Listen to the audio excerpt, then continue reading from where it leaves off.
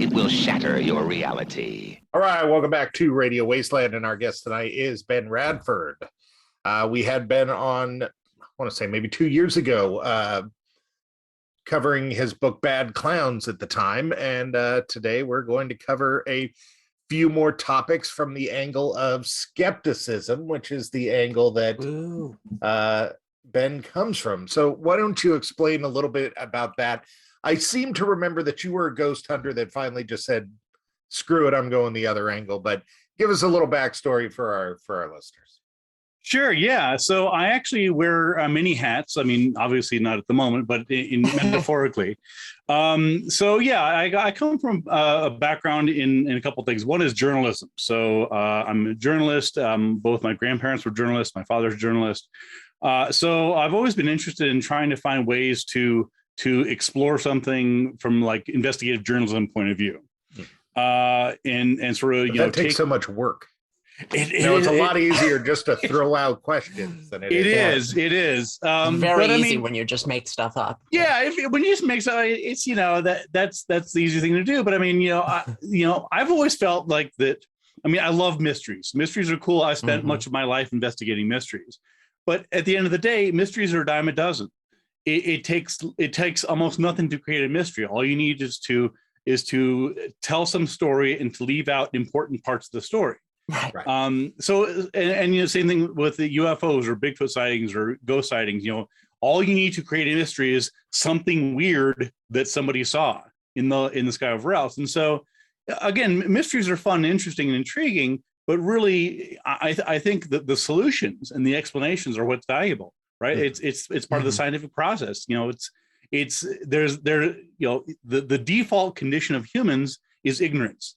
We don't know, what's on Mars. We don't know what's in other countries. We don't know, what's causing disease, whatever else. And so it's through scientific analysis and investigation that we learn things. And all I try to do is apply that to these mysteries investigations. And again, bringing in folklore, and I do a lot of stuff in folklore, as you all recall from Bad Clowns, and trying to bring in critical thinking and investigation to the topics, and just sort of see, okay, well, these are weird, interesting, cool things. How do we know what's true about them? How do we determine what parts are just completely made up, what parts are mistakes, misunderstandings, and what parts maybe are actually real? Right. So I thought about this with journalists in general, and like, let's for the sake of argument say I murdered my neighbor, and a journalist comes to my house, and thinking about it. Yeah. Someone check and on journalist Chauncey's comes to my neighbor. house and says, "Hey, we want to get the story. We want to hear from you." And I don't want to talk to you. I don't want anything to do with that. I can imagine that you have this problem a lot with researching these stories, that when it comes to direct quotes from the people, do you get pushback and they're all, no, we know about you. You're trying to ruin our mystery. Because right, mysteries are hard. It's easy to create a mystery. It's not easy to get people to give a crap. Right. So these people put a lot of effort into getting people to care about their mystery. Great, that's true. Oh no, default ringtone. Oh my God. Who they put a lot of effort into getting people to care about their mystery. Sure. And then here you are coming along trying to undo that part that they find so important for the part that you find important. Do you get a lot of pushback out of that? That's actually a good question. And the answer is this sort of depends on what it is. So some of the mysteries I investigate are historical mysteries. So for example, I investigated a crop circle that appeared across from Stonehenge in 1997. I investigated the origin of chupacabra. As you guys know, I investigated the mystery of the Chase Vault, which is this vault in Barbados that allegedly kept getting opened by ghosts or something like that. So if it's a historical mystery, then there are people that believe in it, but there's nobody who really have a vested interest. I mean, there are people who will. See what I'm saying? It's like, their livelihood is not threatened by me solving the mystery. Right. And then in other cases, the UFOs. UFOs, or I'll give you one. I'll give you a more recent example. Is I often investigate psychic detectives, So this is this is something that I've done this for a long time. And in fact, just about a year or two ago, I investigated a case that made national news. And it was the case of a young boy named Harley Dilly, who disappeared in Ohio. And I won't go into the whole story, but basically this young boy, I think he was 7 or 10 or something, he went missing, and it was this huge mystery because he just vanished. No one knew where he was, and was he abducted, or what was going on. And I actually began investigating that in real time. That is, I saw this case. I said, hold on, my tentacles, my antenna went up, and I said, I'll bet you that psychics are going to be chiming in on this. And sure enough, they did. And so I followed the case. And unfortunately, the boy was found dead. But it was an accident. It was not an abduction or anything nefarious or malicious. And the psychics, who I name, and in fact, I did a podcast about it, and I wrote up an article in Skeptical Inquirer magazine. I said, look, these alleged psychic detectives, not only did they get the information wrong, not only did they give misinformation, like literally wrong information, to police and the boy's family, but they also they wasted police resources. They raised all sorts of different things, and they got it wrong.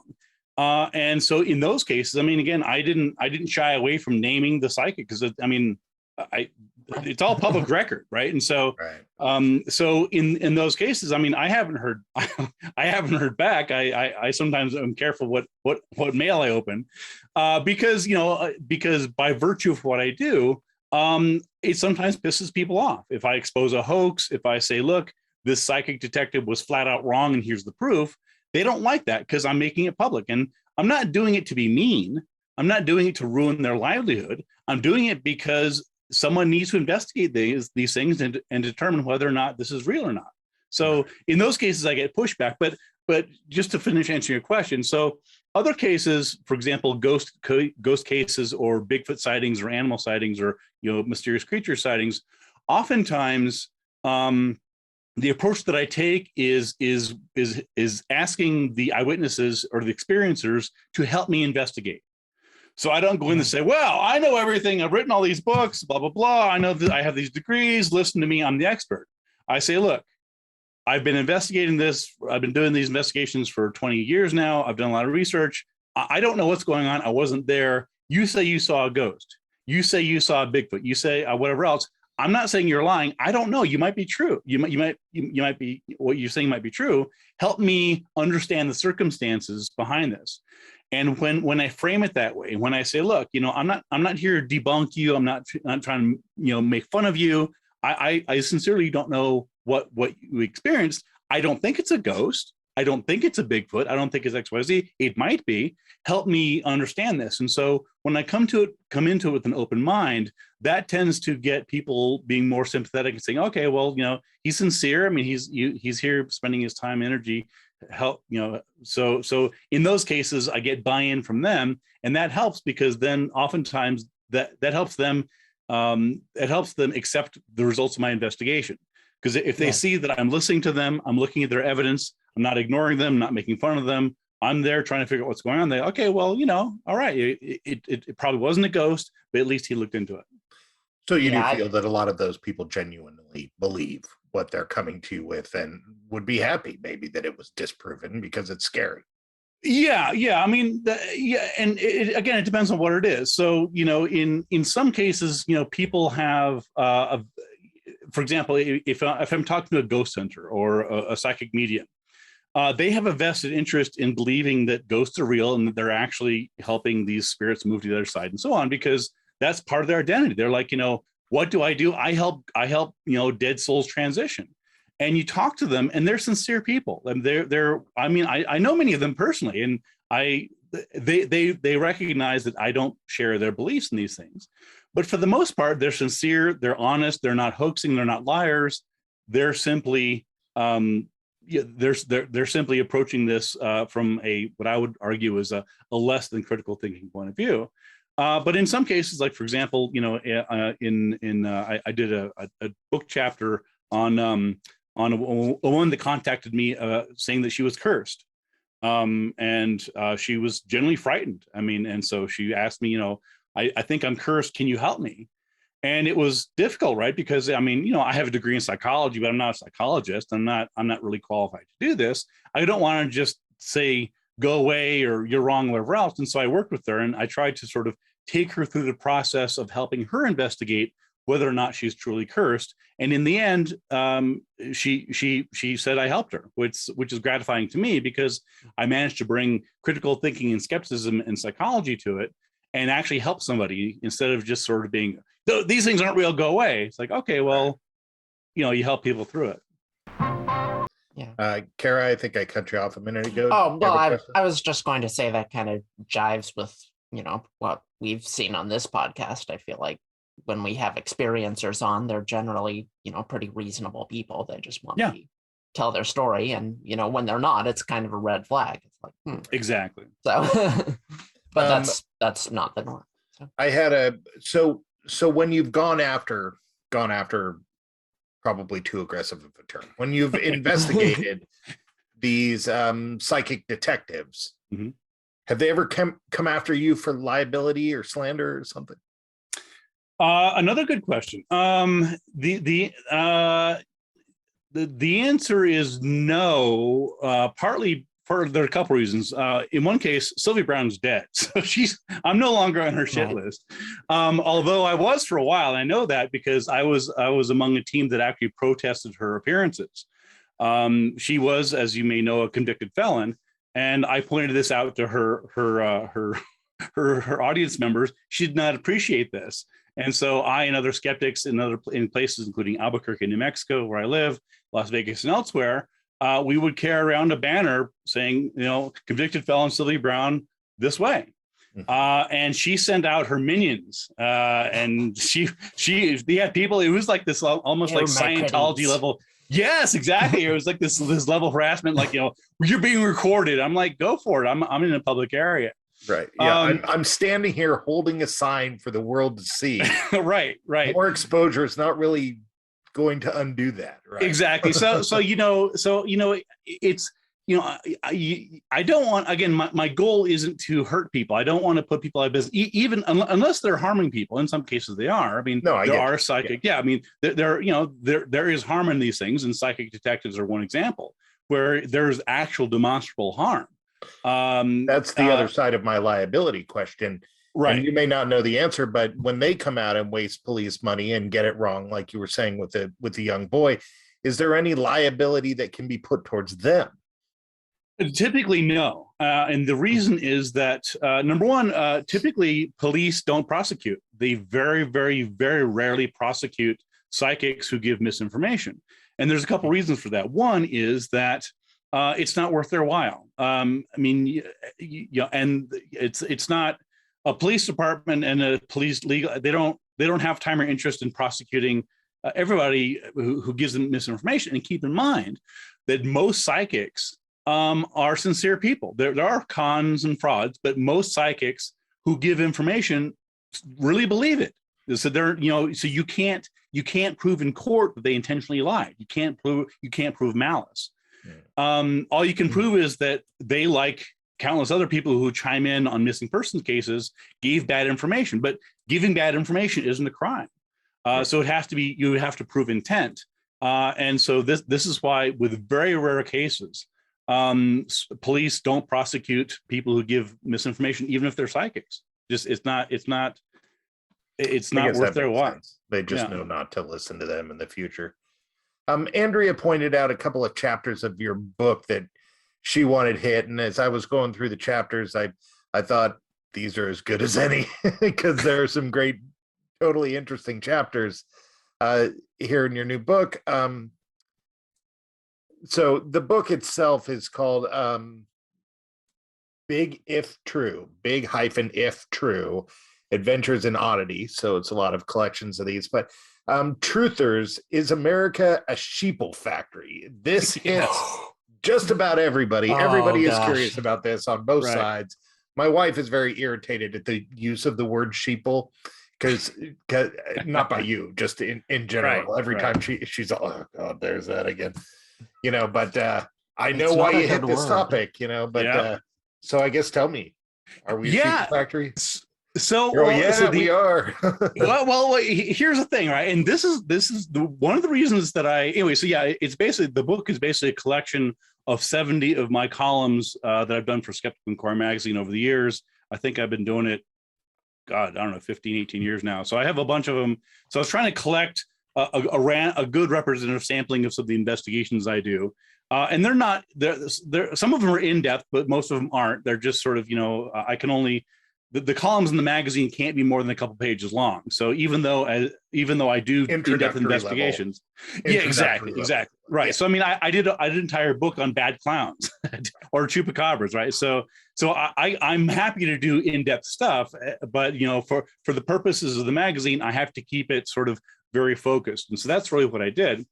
And the sheeple factory was actually one of the more interesting cases because when people talk about conspiracy theories, oftentimes you get the caricatures, right? You get the tinfoil hatted Alex Jones nutbag stuff, but in fact the truth is that most people across the board believe in some conspiracy theories, or certainly things that don't really have good evidence behind them. And you could break it down. I mean, we could do a whole show on conspiracy theories specifically, but a lot of it is driven by identity politics, as you know. So the people on the left believe a certain set of these, people on the right believe a certain set of these, and so on. And the claim that America is a sheeple factory, and by that I mean the claim that the American government doesn't want its citizens to be educated for nefarious purposes because they're more easily controlled and easily led and these sorts of things like that. Yeah, depressed people shop. Right, yeah. And it was fascinating because one of the reasons I chose to investigate that is because that is held across the board. Right. I have friends of mine who are on the left, more on the right, most of them are on the left, but all across the board. And this was one of the few conspiracies, and it is a conspiracy, that everybody on my Facebook feed, left, right, and center, is like, oh yeah, that's true. I'm like, hold on a second. So there's a couple versions of this, and I'll try not to go too deep into it. But basically, the idea is that, again, specifically they're talking about our government, but presumably this applies to any government. The French, the British, Germans, Argentines, I mean, take your pick. The idea is that the government, they want to keep us uneducated because, again, we're more easily swayed to vote and things like that. And it has a superficial plausibility, right? It's like, on one level, I'm like, yeah, I mean, I can kind of see that sort of, they're trying to keep us down this net. But I said, well, hold on here. So presumably this is not unique to whatever administration, because I saw it being claimed during Obama's administration. I saw it being claimed during Trump's administration. I'm like, well, hold on here. So both the Democrats and the Republicans want to keep everybody uneducated, so they vote a certain way. But how does that work? Did all the elite get together and say, we need to make sure that Americans don't learn anything, because in that way, why would they even do that? Because every 4 years there's going to be another election. So That didn't make sense. And then I said, well, let me take a deeper dive into it. So I said, well, okay, is it really true that Americans are less educated than ever before? And of course, that's patently false. In fact, they're not. I mean, Americans are by far more educated than ever before. I mean, I give statistics in the chapter. If you look at the education level of the average American in 1890, 1910, and 1920, there's more Americans that have college degrees than ever before, advanced degrees. If you're looking at university degrees, these days more women than men are getting degrees. So I assume this is all per capita and not just straight numbers. Yeah, exactly. Yeah. And so again, I mean, so I was trying to say, well, so if it really is, number one, the premise, again, it has sort of superficial plausibility, but when you get beneath the surface, like, well, this doesn't really make sense. And even if that were the case, right? Let's say that the premise is true, that there are people in the government that throughout administrations and decades, apparently, that want to keep Americans ignorant and uneducated. They failed. It's not working, guys, because we all, I mean, it's just, it's demonstrably not working. Now you can claim that, well, you know, okay, fine, you know, people are more educated than ever, but that's the premise, right? So, so another anyway, thing I love about this, though, what you're saying is that all the, okay, so part of this belief system that the US is a sheep factory, because I felt it maybe when I was younger, or, sure, you know, back when I had life and thought I mattered. Part of that is, yeah, they're a bunch of sheep, but not me. But the funny thing is, you're saying everybody has this attitude. That means everybody thinks that everybody's a bunch of sheep, but not me. Yes. And that gets into the second part of this, which I actually didn't even get into the chapter. So I'm glad you brought it up. Is there's this thing called the third person effect, or pluralistic ignorance. And it's a social psychology term. And it basically is referring to if you ask people, do they believe something? Oftentimes they'll say, well, I don't believe it, but everybody else does. And what's fascinating, so one example would be advertising. So if you ask people, does advertising work? You know, are you know, when you see advertising, are you compelled? Does it work on you? The answer is no, it doesn't work on me. I'm too smart for that. Mostly, but it works on everyone else. Right, exactly right. So there's this thing where it's like everybody says, well, advertising doesn't work on me because I'm smarter than that. I'm not an idiot. But everybody, all my cousins and friends, like they see a Big Mac ad and they run out to McDonald's. But what happens is like, well, hold on here. It's like, if everybody is saying that, then that can't be true, right? If you're pointing to everybody around you who believes that, and when you ask them, they point to you, and you're not endorsing that, then that your premise can't be true. Yep. And this is exactly what you're talking about here with the education stuff. Well, I think I somewhat stumbled across this in life, because I came up with this theory that if somebody is under 25 and you want to know what they're like, you just ask them what they're like and assume the exact opposite. They're going to say, oh, well, I'm really kind of laid back and chilled. No, they're not. If somebody's over 25 and you want to know what they're like, just ask them what they think everybody else is like. And that's what they're like. You know, so this has been one of my rules of like, so if somebody's just, oh yeah, everybody's always like scheming and trying to like ruin people, I'd be, I need to stay away from this guy. This guy is like scheming and trying to ruin people, you know. Right. But this is a good segue. Another one that you put in here was subliminal advertising. Mm-hmm. Now,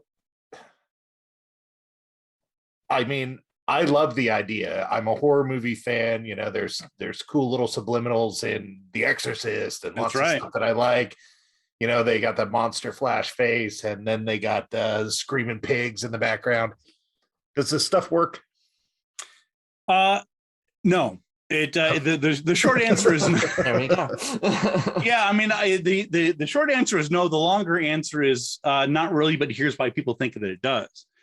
And again, I have a whole, I think I spent 4 or 5 pages on it. I'll sort of give a quick summary, but again, this actually goes back to what we were talking about before. As you mentioned, there's a segue there, because the idea is that the elite, those in power, whether it's the government trying to keep us ignorant, right, or whether it's whatever else trying to sell us, you know, popcorn or Coke at the concession stand, they have secret ways of manipulating us that we don't know. And one of them, as you mentioned, is subliminal advertising. And I remember the first time I ever heard about this, I was probably in my early teens, and I bought a book, a used book in a used bookstore titled "Subliminal Seduction." It's a famous or infamous book, and the cover, it was a paperback, and the cover has it's a close up of ice in a bourbon glass, and the cover's like, do you see the hidden messages in this? I'm like, oh, hold on here, right? And so I'm like, wow. It's like, so when you read the book, it's like, well, you know, this is this photograph, this ice in this bourbon glass, you know, is used to sell this whiskey, and you know, and it's causing people. It's like, if you look closely, you can see, like, you know, there's like people having sex, and there's like drug use and Satan. I'm like, really? It's Oof. always a wang. Wasn't it Joe's camel's nose? Yeah. Always a wang. So and again, going back to psychology, right? In psychology, we know why this happens, right? It's called pareidolia. There's people interpret ambiguous stimuli. I remember, back this, I'm dating myself here, but back when there was Skinamax, and I remember having cable TV, and we get the fuzzy, again. This is going way back, but so there'd be static, and you kind of see the softcore porn channels, but not really. And I always thought, I'll pretend I know what you're talking. Yeah, okay, just pretend you know what. So what happened was, I remember this very clearly, because I'd be watching some static, right? They'd be going in and out, and I'm picturing like hardcore stuff, right? And it would clear up, and it was like, two old people walking in a park. I'm like, oh man, this is not what right, totally. I was right there. Right, this is not what I signed up for. Anyway, so basically, so again, the idea is that actually the concern over subliminal advertising really emerged in the 1940s and 50s, when there was concern about all sorts of things, meet evil influences. We had the Red Scare and things like that. And so there was a guy that had put out done a study, and it later turned out he'd hoaxed the whole thing. But the idea was that he said that that he ran a small theater, and he said that he had flashed, I think it was like drink popcorn, eat Coke or something, or vice versa. Probably the vice versa. And when it makes sense, right? And after this, like he said that basically Coke sales and popcorn sales tripled and so on. And people were freaking out because, like, oh my God, this is a new technology, right? And so people were freaking out, and there were actually congressional hearings.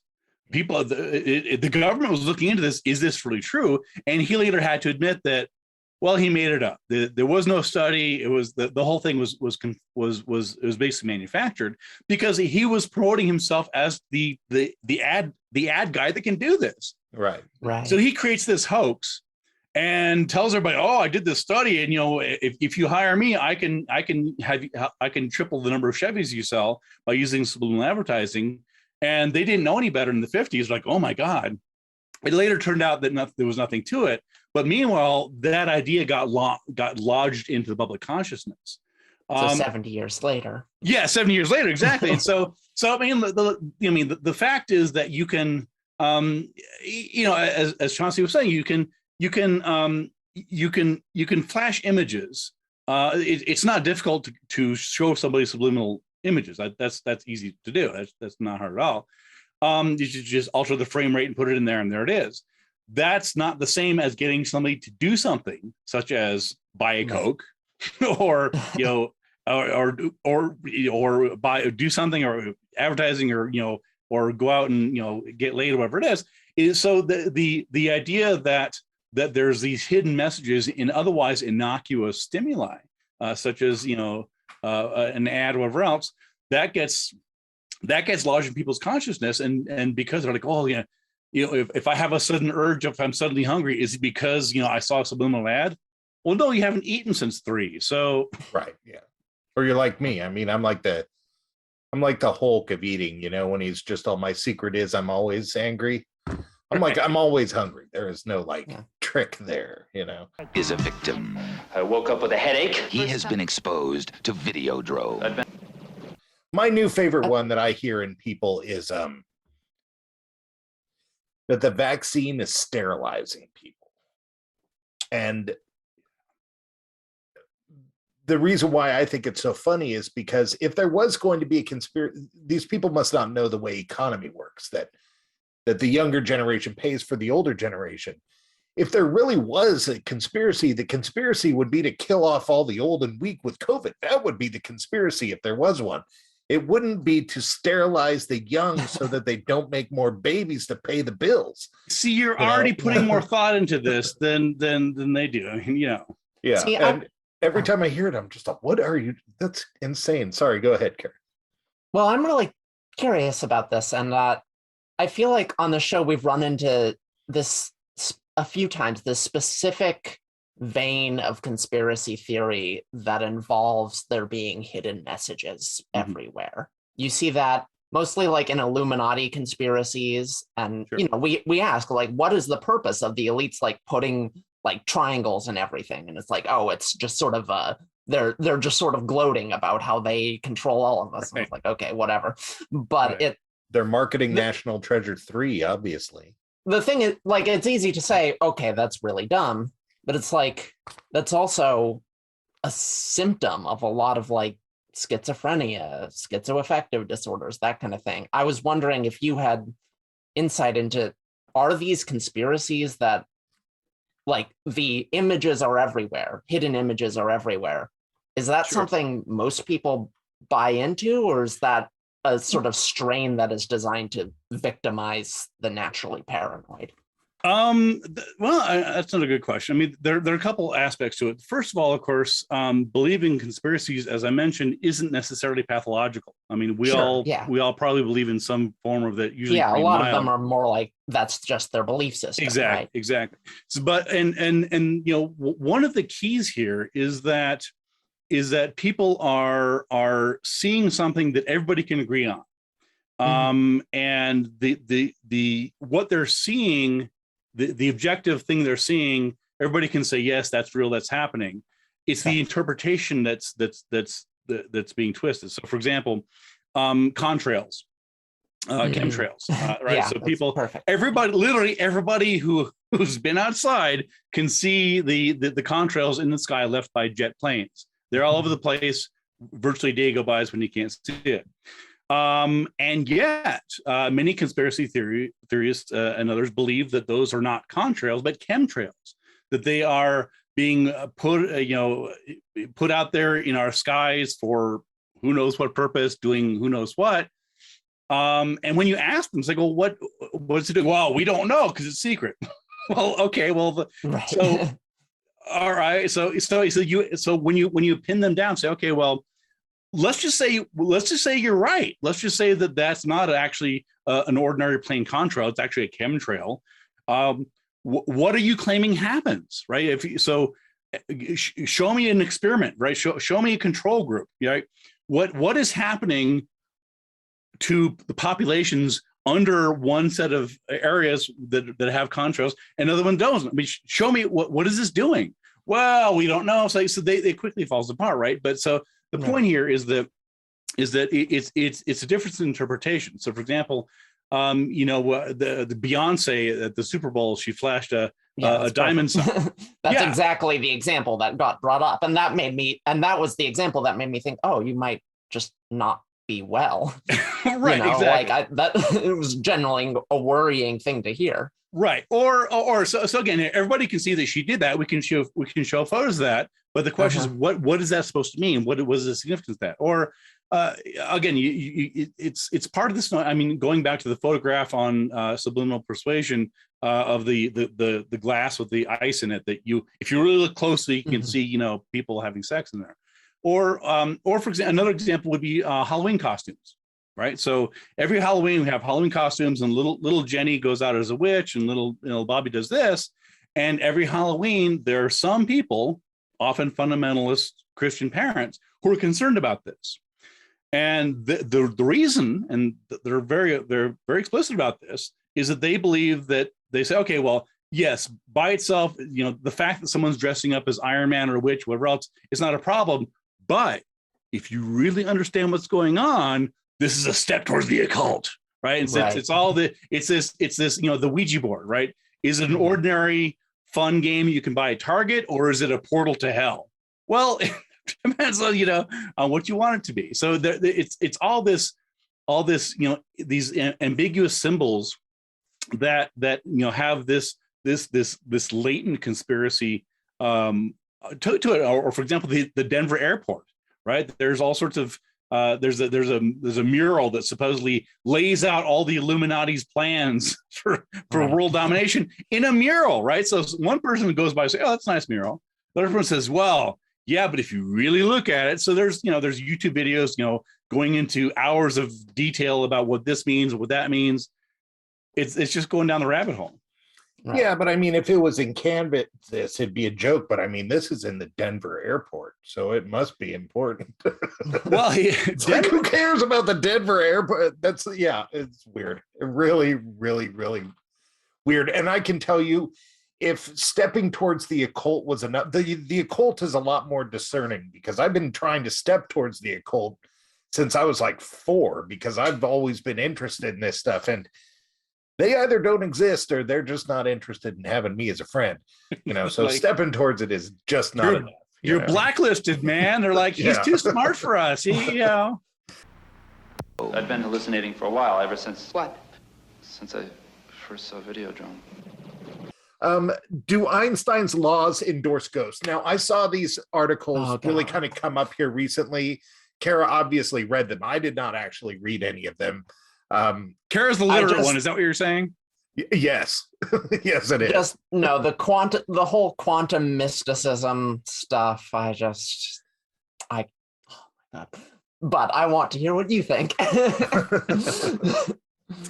So actually that was one part of about maybe 4 or 5 years ago, I wrote a book titled Investigating Ghosts, the Scientific Search for Spirits.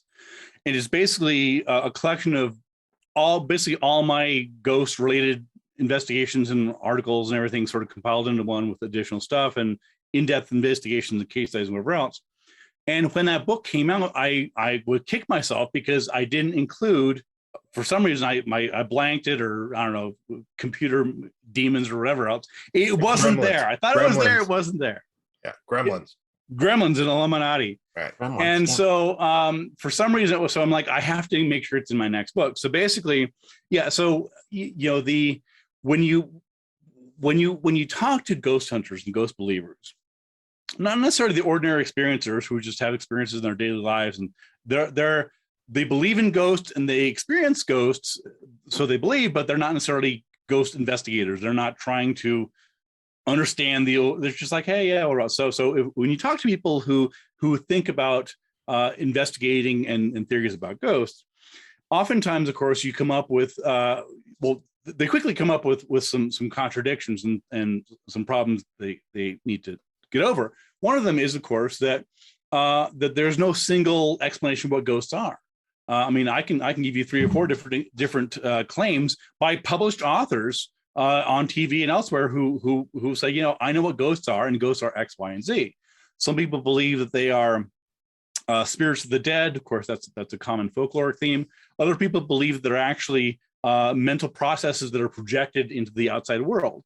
Other people, if you subscribe to stone tape theory, it's not. That's the one that I most recently, I saw the television play from the 60s, the stone tape, and I'm just, oh man, that's cool. That's cool. Yeah, so if you believe in stone tape theory, then it's not that they're necessarily spirits of the dead that can't cross over, but instead that the emotions and bad things, murder, homicide, bad things, betrayal, things that would appear in Jerry Springer, are these things generate emotions that are then absorbed into the environment, like scratch themselves onto reality like a record.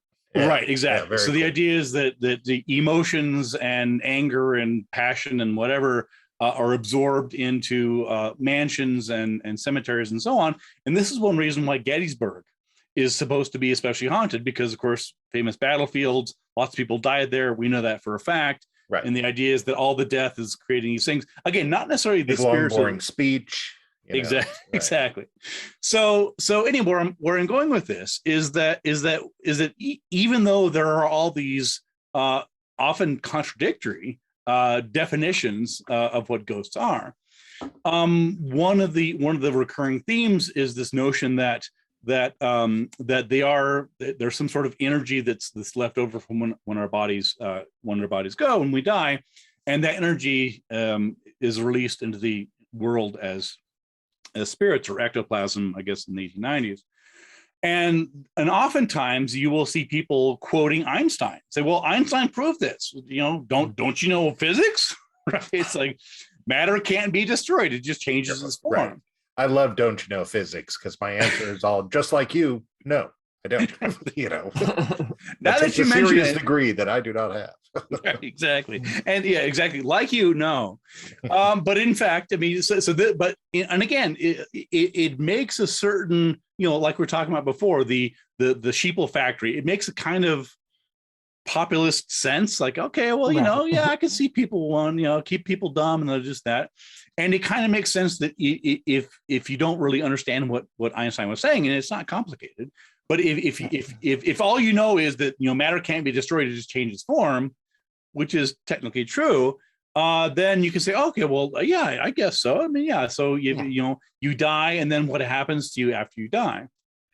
If I jump into a furnace, I change form into a bunch of carbon, but that's not going to be animate. Exactly, you know? exactly, right. Right. So not a living thing anymore. It's not a living thing, right? And so, and again, this is not, it's not complicated. This is high school physics. This isn't, you know, but again, it's this easy, simplistic, oh, you know, Einstein proved this thing.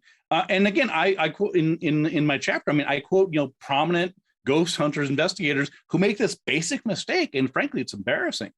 But you know, as Gary mentioned, I mean, the answer, in case you haven't figured it out, because everybody else here has, is that yes, it's true that that matter, you know, just changes form, and so when you die, the energy in your body, as you said, it goes into the environment. The heat in your body escapes. You're cremated, or if you die in the wilderness, animals eat you. They gain nutrition from that. That's the energy. There's no other special spiritual energy that's measurable by science that we can't account for. It's all there. There's nothing missing. But when you die, like 7 grams of your brain go to heaven. Well, there you go. Yes, the weight of the soul. I have a chapter on that as well. Yeah, really. So this is probably a good segue here. This, I have no idea what this is referencing. Can electromagnetic fields create ghosts? Is that's nothing I've heard before, but is that like the stone tape idea? It's actually pretty close to it. Yeah. Yeah. So basically, I think Kara knows. She's like, yeah, I know what this is. She knows everything. She knows everything. That's right. So yeah. So basically, yeah. In a nutshell, the idea, as I mentioned before, even ghost experts can't agree on what ghosts are. But one of the theories is that that the ghosts are created. They're mental images. They're created by electromagnetic fields. And so this is one reason why on TV you have ghost hunters going around with EMF detectors and beepy, blinky things, and oh my God, this is it. And so there's actually a little bit of research, and once again, it is scientific research, but it's sort of misunderstood. So part of the idea behind EMFs, the idea behind EMFs generating ghosts or ghostly experiences, comes from a psychologist named Michael Persinger, who I think died a few years back. I think he was a Canadian guy, I think in Ontario, if I'm not mistaken. And he created this thing he called the God helmet. And it was a helmet that you put on your head, and it actually stimulated different parts of the cortex using electromagnetic fields, which are basically harmless. You don't want to do it too much, but I mean, it's. And anyway, so he said, so people who used this device in a clinical setting, and I'll reiterate, in a clinical setting, reported that they did in fact sometimes out of body experiences. They felt weird things, this and that. And so Persinger and many ghost hunters pointed to this scientific research as being, oh, this might be an explanation for it. There's a couple big holes here. The first big hole is that number one, EMFs are all around us. Any electrical device gives off EMFs. TVs, anything with a motor, electricity going through it, there's some EMFs behind it. So if all it took to generate a ghost experience was being near something generating EMFs, there'd be ghosts everywhere. It'd be like every few seconds you'd be seeing ghosts, because we're all bathed more. I mean, unless we're walking in the park or something, throughout our ordinary lives. We're in the park. I mean, aren't we swimming in one that's protecting us from solar radiation? Yeah, I mean, again, it sort of depends on you know how general we're going to go here, but I mean, there's no connection there. The other thing here is that it's important to recognize that, you know, his device was a helmet you put on your head, right? This is not the conditions under which people are experiencing ghosts. Right. People are experiencing ghosts at night as they're going to bed, at the foot of their bed. So those, even if it were true that inducing EMFs created ghostly experiences, which it turns out it's not, that has nothing to do with ghosts. So that, again, it's another example of how there's this sort of bid for scientific credibility. A colleague of mine, Sharon Hill, wrote a book called Scientifical Americans. And she looks at ghost hunting groups in that book. And she sort of looks at the different ways that paranormal groups and ghost hunting groups particularly, they like to talk about how scientific they are. They like to talk about the scientific process and this and that. But when you ask them, like, what is your understanding of the scientific process? They're like, well, it's like, oh, is that my phone? And it's like, come on, it's guys. a clout thing. Right. Scientific process. Fairly transparent, usually. Exactly, obviously. His brain is already receiving video images. Yeah, because I couldn't tell you what it is. I mean, I feel that I have a general understanding of it, but I couldn't recite to you the definition or what the steps are. Sure, and there's different ones. I mean, there isn't the scientific process, just as Right. there's Well, there the has to be. dictionary. There would Yeah. have to be two scientific processes. You're There's right. one that you recreate and one where it has to be anecdotal, like the Big Bang or a black hole has no choice but to be somewhat Sure. anecdotal because we Sure. can't recreate the Big Bang. I mean, Sure. there's the version we all learn in like high school science, hypothesis, experiment, Right. conclusion. But Right. that's like real life scientists don't necessarily like Right. fill Right, out exactly. the worksheet and what's my hypothesis. Exactly. Yeah, it that's doesn't necessarily work. no, you're right. I mean, that's seventh You got to grade show stuff. your work. Right. But what they Right. do is, of course, is they do things, for example, of course, control conditions, right? So Right. yeah, you look Testable, at controlled. exactly. You look at at experiments, drug experiments, right? And so we'll just use vaccines, for example, Pfizer vaccine. I got my booster the other day.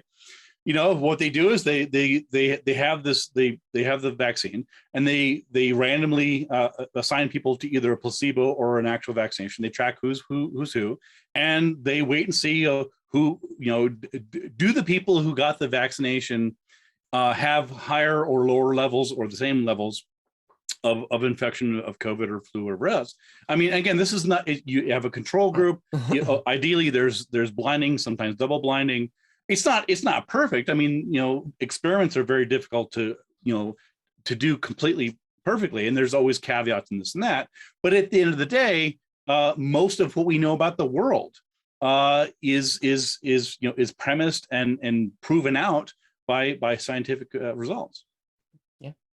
So, seeing how you started off doing some ghost hunting, do you have a holy grail? Like, do you have one that in your research that you think might be true or that you want to be true? Or is there a holy grail that is the one that continues to haunt the corner of your mind?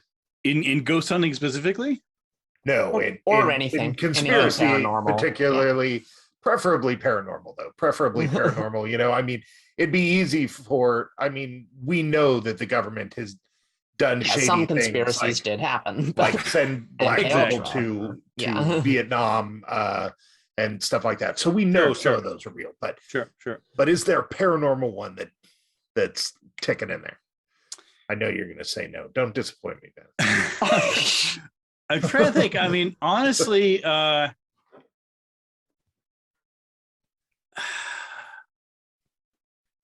maybe like sea monsters or something that might be out there in the oceans. That's a good Okay, one. okay, yeah. That's one I I harbor like as sea well. monsters. Yeah, I mean, obviously, we haven't searched the entire world. I mean, we have a pretty good idea what's out there. It's not like we're totally ignorant about it. I guess stuff with ghosts, and crop circles and other things, miracles. I hate to say it, I'm probably a little jaded just because I've researched it. I've been there and done that, and I've conducted investigations, and I'm not finding anything there. And that doesn't mean that the next time there might not be something there, but I can only see so many photos of orbs and Right. and I mean, and somebody sends me, I did, of course, literally last week, actually this week, today's Wednesday. Somebody sent me a photograph of a mangy dog asking if it's a chupacabra. And at some point, and again, I its name, maybe. right. I mean, and it's It's a like good dog name. call it whatever you want, right? I mean, it's clearly not a chupacabra, and so I try to be polite, like, okay, well, here's why you might think that, here's a quick explanation, and here's more online. You can check out my book, whatever else. So I want to be open to answering people's questions and things like that, but at some point, I've only got so many years on this earth, and Yeah. I've been looking into some of these things for literally decades. And unless the quality of the evidence gets better, I'm going to have to say, look, if you got something spectacular, give me a call. Other than that, I mean, I got other things to do. So that's, right.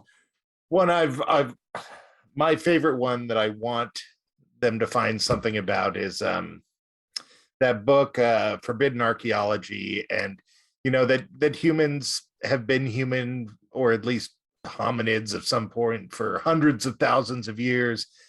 Yet for that first 200,000 years, like, nobody built a city. I want ancient prehistory culture that we've never seen before. Not like flying cars, but maybe some aqueducts. yeah, whatever.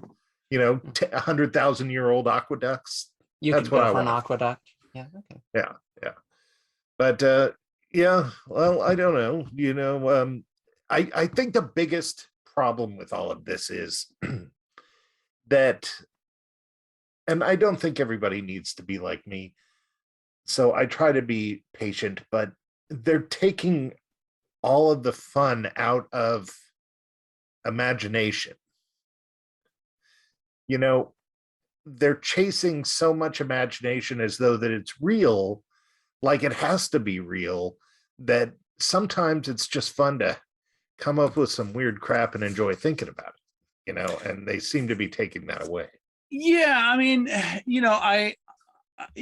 when people talk to me about, like, cryptozoology, for example, because I've done a lot, lake monsters and Bigfoot and chupacabras and routes, I say that I mean, I actually kind of feel sad because you don't need to envision Bigfoot or chupacabras or Nessie to see amazing animals. We have real life amazing animals. We have the cuttlefish. We have chameleons.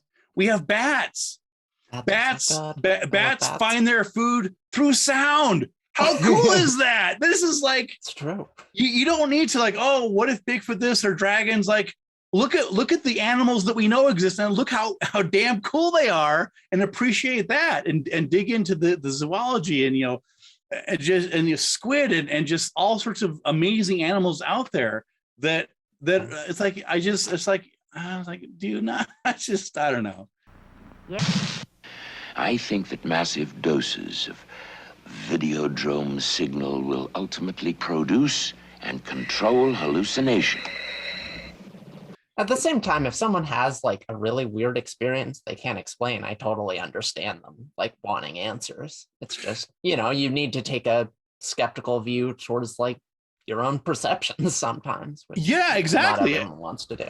Well, yeah, and that's one thing that I found is one of the differences between sort of more skeptic and skeptic investigators is that I find, and this may sound a bit self-serving, but I think it's true, is that skeptics tend to have more humility. We recognize that we can misunderstand things, we misperceive things, and so I mean I know that very well. Again, I background in psychology. I've researched eyewitness testimony and misperceptions, and I've written about it extensively. So, and that includes me. Like, this isn't a third person thing. Like everybody else, like, no, we all do this. We can all make misperception, misunderstandings, and so on. And again, it's not bagging on anybody. That's just how our brains work. But when you talk to experiencers, they say, I know for a fact Bigfoot exists because I saw it. I know for a fact that there was a ghost and there was no other explanation. And I have to wonder, like, how can you be so sure? I mean, I'm not saying you're wrong. I'm not saying you're lying, but I mean, you were just so confident. You were so sure that you couldn't have made a mistake. You are just the smartest person. You know all the context. You have all the information, and you're certain that your explanation is the right one. And I kind of admire that certainty. I wish I had that self-assured, almost arrogance. But I would have to say, I totally get that. That makes perfect sense. Well, like there's some. I'm fairly confident that I've seen a spruce tree in my life, but the only reason why I think that I have is because somebody else confirmed it for me. You know, it's like, yeah, how do you jump to this extreme conclusion just based off of what were you saying, Kara? Seeing an orb? Well, I mean, don't quote me on this, but I'm pretty sure I've read like some statistics that sort of bear this idea out that like oftentimes people who are extremely like successful or high achieving or like particularly intelligent can be more likely to like believe in this stuff. And when you like look into it and sort of isolate the variables of like sort of their personality, how they respond on certain tests, the key thing there is essentially like the common denominator is excessive self-confidence, right? Which is, you know, actually really adaptive for a lot of life. You know, you don't get crushed by circumstances. You just keep trucking along. You keep trying, but it also makes you believe in weird stuff because but you might be wrong. Especially no, you make a good point, and that's especially true because, as I mentioned, and as you all know, most people who report these things are sincere. They believe they saw a ghost. They believe that they're psychic. They believe X, Y, and Z. And again, they're not. There are liars and hoaxers and con men, but for the most part, I would say 80-90% of the people that I've met and talked to, they're not lying. They're not hoaxing. They really think that, and so they have that confidence. They're like, yeah, I know what I saw and this and that, and it becomes infectious. Like, well, I wasn't there. They're sure about it, and this can be very convincing to people. And again, I don't want to be in the position of telling people what they saw because I wasn't there. I don't know. All I can go is by the evidence that they offer and circumstantial evidence. Maybe somebody saw something else. Maybe there's a photograph or whatever else, and there's corroborating evidence. But other than that, it's just a personal experience. And, you know, if someone tells me they had a personal experience, my answer is great. You might be right. I don't know, but we can't prove that these things exist based on your anecdotes. We just can't. Yeah. Let's talk about your book for a minute here. We're coming up on the end. Big If True Adventures in Oddity. It won an award for the cover. Is that? It actually won 2 awards. It was 2 finalist awards. It won general nonfiction and cover design, which I'm especially pleased with because I designed the cover. So it's kind of cool. Very cool. Yeah, you should be. Where's the best place for somebody to get their hands on that?